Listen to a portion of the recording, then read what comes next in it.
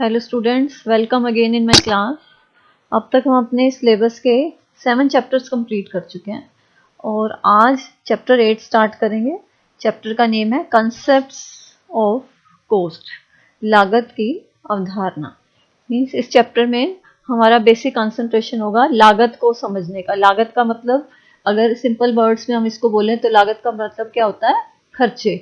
जो भी एक उत्पादक को खर्चे उठाने पड़ते हैं उनको हम लागत बोलते हैं। मीन्स जो भी उसका खर्च लगता है उसको हम लागत बोलते हैं। तो इसको प्रॉपर इकोनॉमिक्स की लैंग्वेज में समझ लेते हैं कि एक उद्यमी वस्तुओं का उत्पादन करते समय विभिन्न साधनों का प्रयोग करता है। साधन कौन से होते हैं? जैसे आपने 11th में पढ़ा है इन सब चीज़ों को। जैसे एक श्रमिक को भूमि चाहिए होती है, पूंजी का प्रयोग करता है, श्रमिकों का प्रयोग करता है, कच्चा माल, बिजली। तो मीन्स ऐसे कई तरह के साधनों का उपयोग वो करता है। तो यही साधन क्या कहलाते हैं? इनपुट्स, कारक या आगत। इनपुट्स बोलते हैं हम इनको। तो इन आगतों पर जो भी खर्च होता है उसको हम कह देते हैं उत्पादन लागत।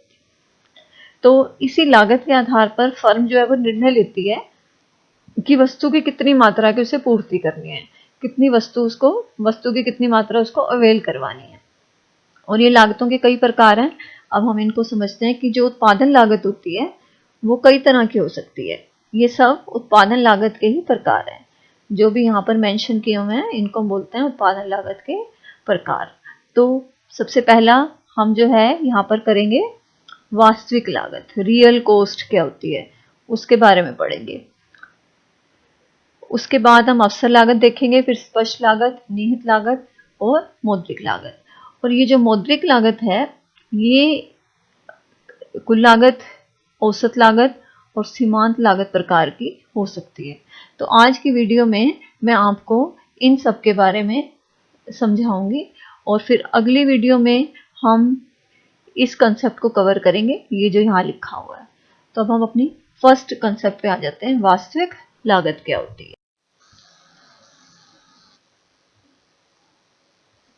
तो फर्स्ट टाइप की कॉस्ट है वास्तविक लागत, रियल कॉस्ट।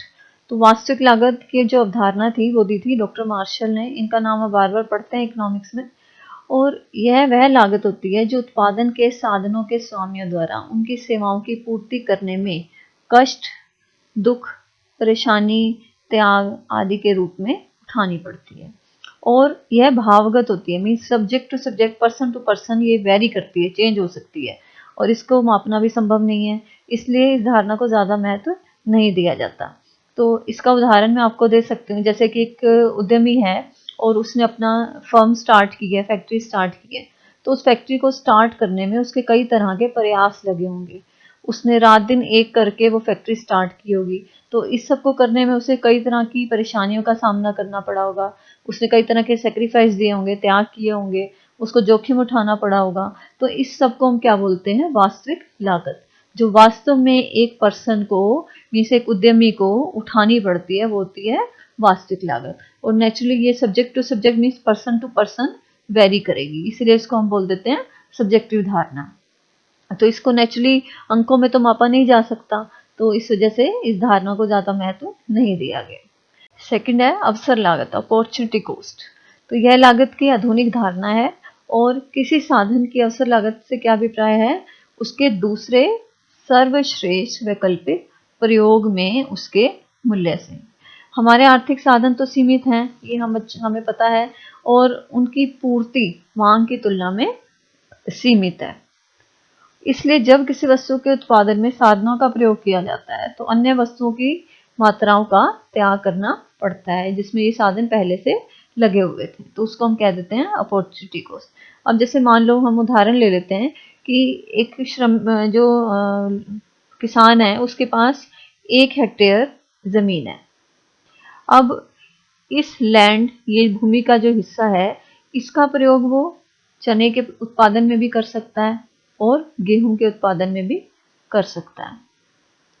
और अगर वो चना उगाता है तो उसको सिंप्लीफाई करने के लिए मान लेते हैं 1000 रुपये का आय मिलती है उसको, या बेनिफिट होता है। और अगर वो गेहूं का उत्पादन करता है तो हो सकता है सपोज उसको 1200 रुपये का बेनिफिट मिले। तो वो क्या करता है, अंदाजा लगा के कि किस में उसको बेनिफिट है, तो वो क्या करता है, अपनी ज़मीन का प्रयोग वो गेहूं उगाने में कर देता है। अब गेहूं के अवसर को चुनने के लिए उसने जो त्याग किया वो क्या किया, चने का, जिसकी वैल्यू यहाँ क्या आई थी, 1000 रुपये। तो गेहूं के उत्पादन की अवसर लागत होगी 1000 रुपये। और अगर वो चने का उत्पादन करने का प्लान बनाता है तो चने का उत्पादन करने की अवसर लागत होगी 1200 रुपये। इसलिए हमने मेंशन किया है दूसरे सर्वश्रेष्ठ वैकल्पिक प्रयोग में उसके मूल्य से है। थर्ड है स्पष्ट लागतें। स्पष्ट लागतें क्या हैं, ये वो नकद भुगतान हैं जो फर्मों द्वारा बाहरी व्यक्तियों को उनकी सेवाओं का प्रयोग करने के लिए किए जाते हैं। जैसे फर्म मजदूर को मजदूरी देगी, कच्चा माल खरीदेगी तो उसके लिए भुगतान करेगी, ऋण लिया तो उस पर ब्याज का भुगतान करेगी, घिसावट पर व्यय करेगी। तो ये सब खर्चे क्या हैं, स्पष्ट लागतें हैं। इनको हम अकाउंटिंग कॉस्ट भी बोलते हैं, क्योंकि ये जो हैं हमारे अकाउंट्स में लेखांकन लागतें बोलते हैं इनको, क्योंकि हमारे अकाउंट्स में हम इनको मेंटेन करते हैं, उद्यमी के अकाउंट्स में इनको मेंटेन किया जाता है। स्पष्ट तौर पर ये दिखाई देती हैं, ये खर्चे स्पष्ट रूप से नजर आते हैं, तो इसलिए इनको हम क्या बोल देते हैं, एक्सप्लिसिट कॉस्ट, स्पष्ट लागतें। एक्सप्लिसिट मीन्स आउटसाइडेड सोर्सेज को जो देना पड़ रहा है, जो भी भुगतान करना पड़ रहा है वो हो गया एक्सप्लिसिट। फोर्थ आ जाता है निहित लागतें, इम्प्लिसिट कॉस्ट। इम्प्लिसिट का यहाँ मतलब क्या है, हम ये भी कह सकते हैं इम्प्लिसिट मतलब इंटरनल, तो आंतरिक साधनों की जो लागतें हैं उनको बोल देते हैं इम्प्लिसिट कॉस्ट। या निहित लागतें उद्यमियों के अपने साधनों की अवसर लागत है। उद्यमी को इसके लिए दूसरों को भुगतान नहीं करना पड़ता, परंतु इनका वैकल्पिक कार्य में प्रयोग नहीं कर पाने के कारण उद्यमी को कुछ जान उठानी पड़ती है, वह निहित लागत के बराबर होती है। अब जैसे उदाहरण के लिए एक उद्यमी अपने स्वयं के साधन की लागत को निहित लागत कह सकता है, इसलिए इनको हम क्या बोल देते हैं, स्वपूर्ति साधनों की लागतें। मीन्स एक श्रमिक एक उद्यमी एज ए मैनेजर अपनी फर्म में काम कर रहा है, तो एज ए मैनेजर मीन्स प्रबंधक के तौर पर वो काम कर रहा है, तो इसकी जो लागत होगी उसको हम क्या बोल देंगे, निहित लागत। स्वपूर्ति अपने द्वारा ही अवेलेबल किए गए साधनों की लागतों को हम कह देते हैं इम्प्लिसिट कॉस्ट। फिफ्थ आ जाती है मौद्रिक लागत। बहुत सिंपल है ये, कि किसी भी वस्तु का उत्पादन और बिक्री करने में मुद्रा के रूप में जो भी खर्च उठाना पड़ता है उसे हम कह देते हैं मौद्रिक लागत। जैसे कि कच्चे माल की कीमत मुद्रा में मापी जाएगी, ब्याज को मुद्रा में मापेंगे, लगान मुद्रा में मापेंगे, मजदूरी, बिजली का खर्च, घिसावट व्यय, विज्ञापन का खर्च, बीमा, पैकिंग पे किया गया खर्च, ट्रांसपोर्ट पर किया जाने वाला खर्च, ये सब क्या है, मौद्रिक लागतों के उदाहरण है। इवन सामान्य लाभ जो है वो भी क्या होगा, मौद्रिक लागत का उदाहरण होगा।